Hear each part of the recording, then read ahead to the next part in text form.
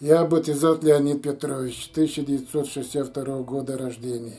Хочу обратиться к генеральному прокурору, к обществу, к министру внутренних дел, председателю Верховного суда, вплоть до президента о незаконных действиях сотрудников УСБ на транспорте, которые увели от ответственности действительно виновных сотрудников полиции, а именно в ночь с 3 на 4 августа 2016 года около 00 часов я оставил сумку возле массажной кресла на втором этаже нового здания ЖД вокзала. После чего пошел в туалет на старой части здания ЖД вокзала. Около минут 20 назад вернулся, смотрю, сумки на месте нет. В этот момент я увидел помощника дежурного по вокзалу Рахимджан Руслана. Я подошел к нему и спрашивал: не видел, кто мою сумку забрал? На что он ответил: нет, не видел. Не видел, я стал дальше искать. Несколько людей лежали на скамейке, кто спал, кто лежал. Я к ним обратился: вы не видели, кто мою сумку? На что они ответили: нет, не видели. Потом я спустился на первом этаже, дежурный по вокзалу, там женщина. Я к ней обратился, спрашиваю: к вам никто мою сумку не занес, так как до этого несколько раз было дело, занесли. Сама дежурная по вокзалу, некоторые разы сержанты там переставили в другом месте, якобы мне учить не оставлять сумку без присмотра. Вот. И я надеялся, что я сумку найду. Вот. Поискал, еще круги рисовал, нету. Потом пошел в дежурной части. Дежурный часть сидел Нуралин Амангирды. Я подошел к нему и говорю: Аман, моей сумки на месте нет, можете посмотреть камеры наблюдений? На что Аман включил свою аппаратуру, и не было ничего заметно там, якобы камера не записывает. Вот. После чего вдвоем вышли и поднялись к оператору на втором этаже. Он нам дверь открыл, мы с Аманом вдвоем зашли, оператор включил свою аппаратуру, и в этот момент, говорит, эти камеры не записывали. Вот. После чего я рукой махнул и вышел. Потом следом Аман вышел. Аман подошел ко мне и спрашивает: а что у тебя в сумке было? Я на что ответил: Аман, ничего такого нет, старые вещи там, ничего там такого нет. И сказал: заявление будешь писать? Я сказал: нет, не буду, Аман, заявление писать, я постараюсь найти сам. Посидел минут 5-10 на кресле, увидел женщину на последнем ряду сидит с ребенком. Я подошел к ней, я у нее спрашивал: вы не видели, мол, кто мою сумку забрали? Она говорит: вот тот парень, который ты до этого ругался с ним, в белом куртке с капюшоном, он у тебя забрал сумку и пошел вперед по вокзалу.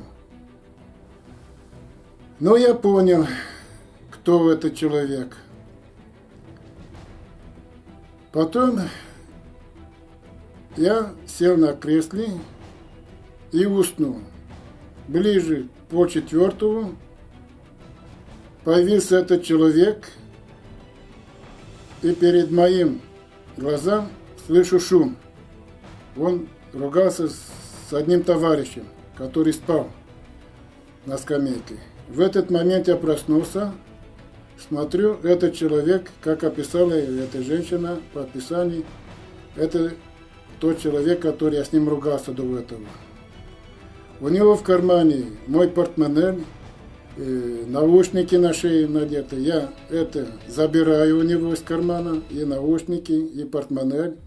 И рядом стоял сотрудник синей камуфляжки. Я этому сотруднику говорю: вызовите мне дежурного по вокзалу, сотрудник полиции, дежурного по вокзалу. Он на рации вышел, с сержантом Башан поднялся. Я ему показываю эти вещи, которые я забрал у этого задержанного. Вот эти мои вещи, остальные, куда он их дел, нужно допросить. И он его завел в дежурную часть, комната для осмотрения. Меня ничего не говоря, ничего не говорит, Следом за ним я тоже пошел. Он, еще раз говорю ему, чтобы вызвал мне следователя, дежурный по вокзалу, ночью, который работает следователем, чтобы я писал заявление в отношении этого Болтунова по факту кражи. Насчет Башан Болтунова посадил за столом, а меня выгнал.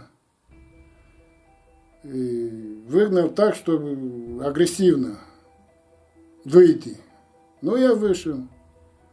Минуты две я стоял возле двери. Подумал, не очень так красиво, чтобы караули там. Я подумал, пока Болтунов напишет там объяснительное, пока следователи вызовут, я поднялся обратно на втором этаже, где я ранее сидел, на кресле. В этот момент я уснул. Проснулся я около 7 утра. Спустился, захожу в комнату задержанных при дежурной части. Там никого нету, пусто. Вышел на улицу, смотрю, Башан нигде нету. Обратно поднялся на втором этаже. Ближе к 8 снова спустился.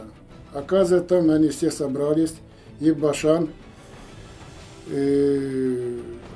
Актилек, и Айчан Жадос, и старший помощник дежурного по вокзалу Рахимжанов Руслан. Я спрашиваю Башанов, где задержанный? Башан тут же начал на меня наезжать. Это твоя вина, ты сумку оставил без присмотра, мы тебе сколько раз говорили, сумку не оставил, начал наезжать. Тут Айчанов его поддерживал. Двое сержантов на меня агрессивно начали.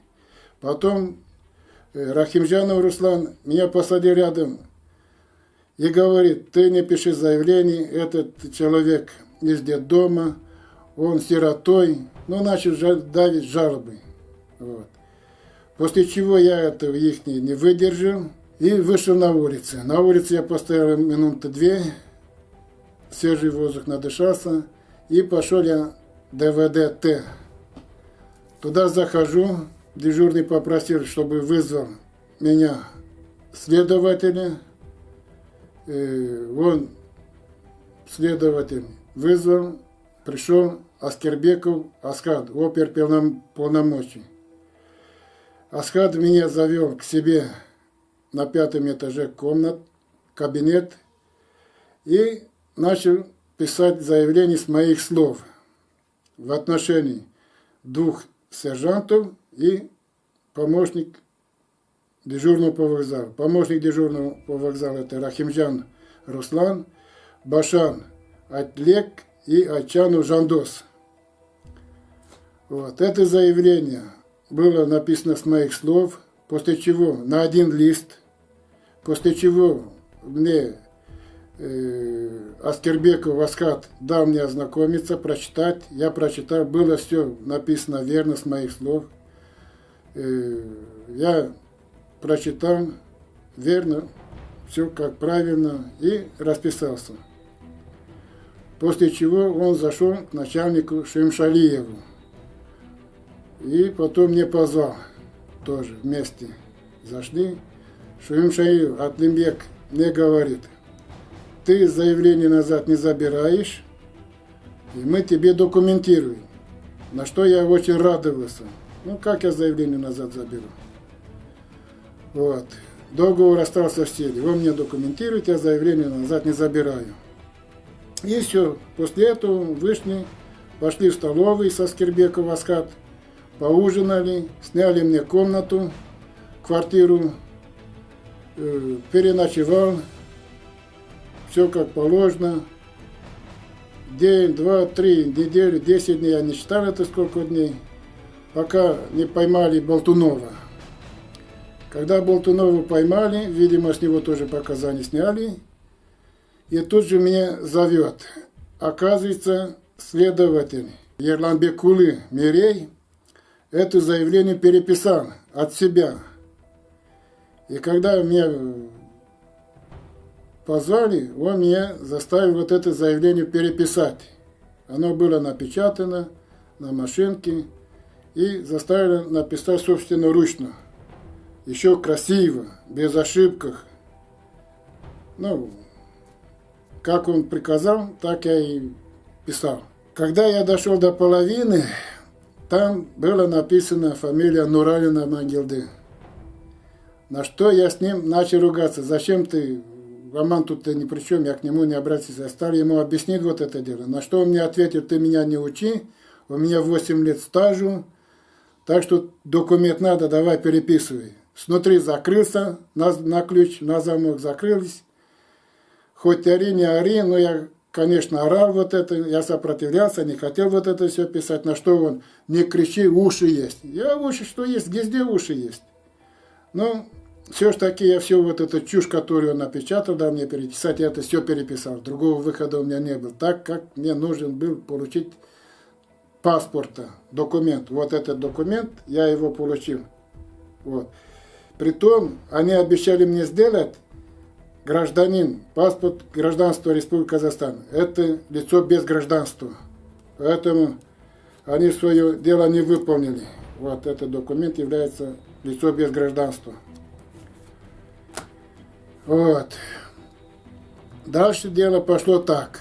Болтунов мне позвал Шуин Шайлиев, говорит, вот 24 октября будет суд в отношении Болтунова по факту кражи. А так как нам нужен свидетель, ты на суде говори так, что Болтунов тебе возместил ущерб в размере 100 тысяч тенге и претензий к нему не имеешь. Ну, я на суд так и говорил. Как Шуим Шаилев Атымбек сказал, так я и говорил на суде. Болтунов меня возместил в размере 100 тысяч тенге и претензий к нему не имею. Все, на этом точка. Потом Кендербаев на опознании мне учит, что я должен говорить именно в отношении Нуралина. Хотя я с Аманом полгода дружили на вокзале, хорошо друг другу знали. И он мне описал Амана, каким он выглядит, рост, черный волос, глаза, так. Я хорошо знал Амана, какой он есть, я знал. И тут же он мне учит, что 6 часов подошел. Ну, я должен дать липовые показания именно в Нуралина отношении к Нуралину. То, что он мне вот это сказал, я это все говорил на видеокамеру. Вот. Не хотел как бы портить отношения Кендербаева Бебит. Это один жулик из них, который мне учил, какие показания дать. Состоялась очная ставка. Серланбек Улымери, я и Амана. Я на Амана ни одной показания не дал, так как он не причастен. Я к нему не обратился, я вообще и забыл про него. На что он, следователь Серланбек Улымери, заставлял меня именно в отношении Нуралина дать ложные показания. Что я к нему обратился, что он мне аж на 3 буквы посылал. Ну, в общем, вышвырнул меня. В общем, все самые грязные слова я должен в отношении Нуралина высказать на видеокамеру. Я это, конечно, кое-какие слова говорил, но мне Нуралин никаких он наоборот меня топил. Он наоборот меня, потому что он прав был. Вот. И все, после очной ставки мы разошлись. Начался судебный процесс. Меня вытаскивают на суд. И Семенова Виктория, она меня допрашивала. Я ей говорила, как было. На самом деле она начала тоже по-своему мутить. Я понимал, что она связана с ОСБ. Она их не клиент, так как мне все говорили, и Шуим Шаилев, и Серланбек Улымери, и Аскербеков Аскат, и Карсакбаев Мирам, что это ихние люди, ты говори, ты не бойся, ты топи, тебе поверить, судья. На то, что я судей показывал, что я ей дал понять, что, ваша честь, я не могу суду ввести в заблуждение. Я ей дал понять, что я не могу врать. На что судья Семенова на Байгатова Сунгут наехала. Тот начал с ней там палки в колесах. Вы не даете мне допрашивать, туда-сюда. Между собой начали крики, шум, ссоры. Вот. После чего это заседание закончилось, а я именно давил на Башана Актылека. Они мне запретили говорить на суде про Башана Актылека. Но я понимал, что они его там отшили от уголовной ответственности. Это я прекрасно понимал, но ничего не мог сделать, поскольку я находился в их руках. Я за счет вот этого паспорта вынужден был плясать под их дудку. Что судья, что прокурор Байгатов, что Шимшалиев, что остальные, Ерламбекулы, Аскербеков, Карсакбаев. Это вся одна компания, вместе с Кендербаев, прокурор, транспортный отдел. Семенова и Сунгут звонит начальнику Шимшалиеву, якобы я на суде ничего не говорю. Мне привозят к начальнику УСБ, начальник УСБ наезжает на меня, почему ты не говоришь, почему ты молчишь. Я говорю, как я молчу? Я все говорю как надо. Потом Шимшалиев звонит прокурору Байгатонову, Сунгату. Тот жалуется, что я тоже самый молчу, ничего не говорю. Насчет Амана я ничего не говорю, молчу. После чего Шимшалиев говорит прокурору, да он старый, он головой не дружит, он уже такой. Вы, может, сами давайте. И после этого меня отпустили. Один раз. Второй раз на заседании процесс суда идет, опять такой же конфликт. Судья жалуется сотруднику УСБ Карсакбаеву Мирам, что я опять не те слова говорю на суде. Карсакбаев Мирам ждет судья, пока выйдет, узнавать, какие там показания даю. Она жалуется, что я никакие показания в отношении Нурали не даю.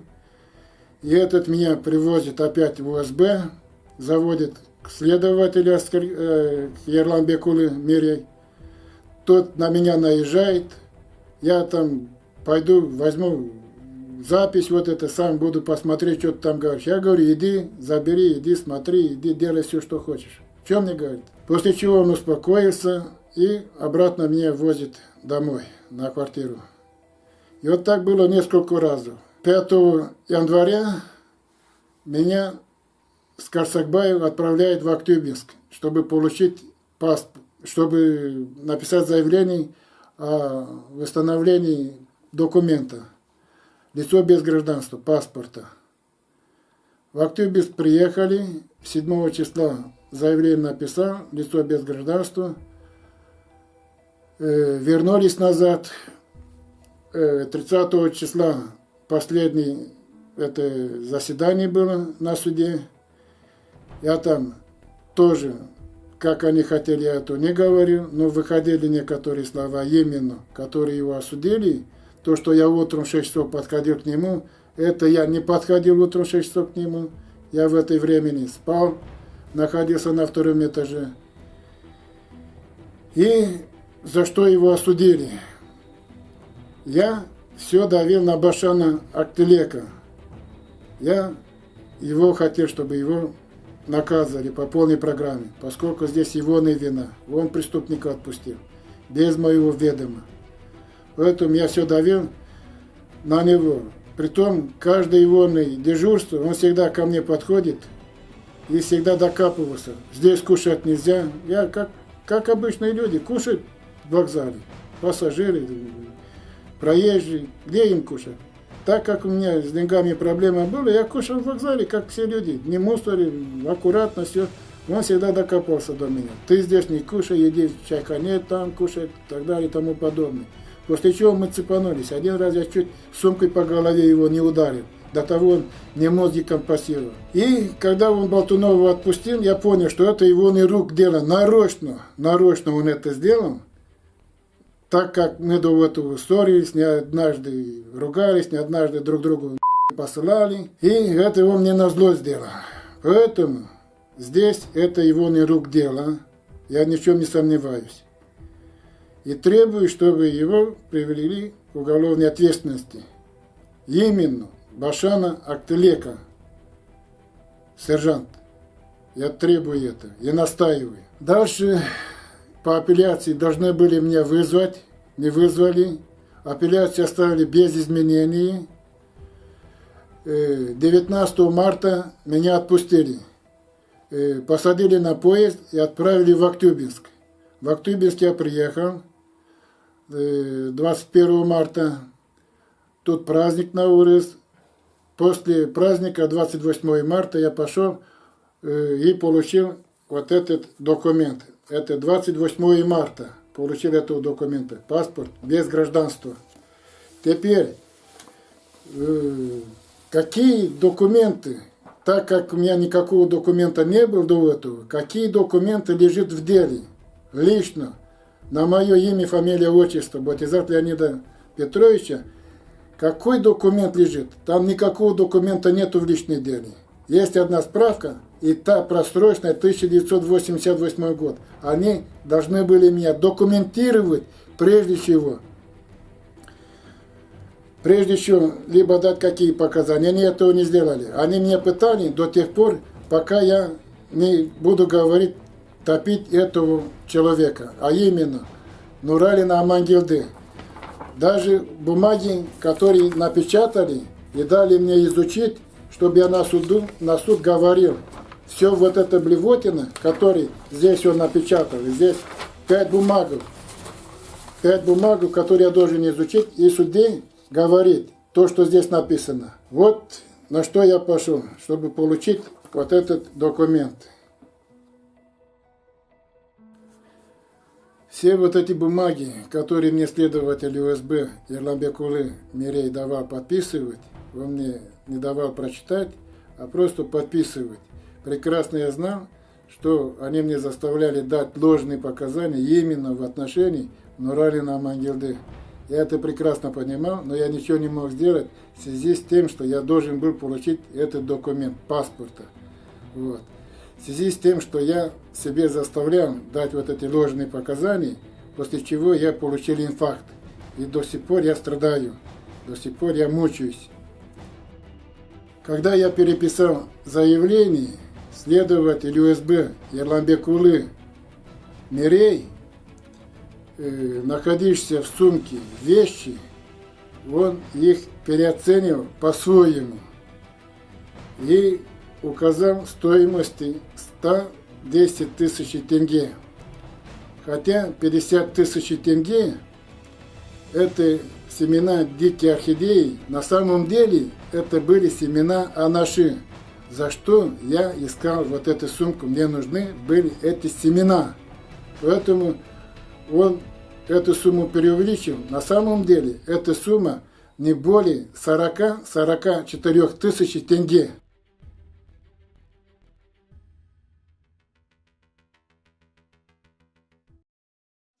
I'm an albatross. Yeah.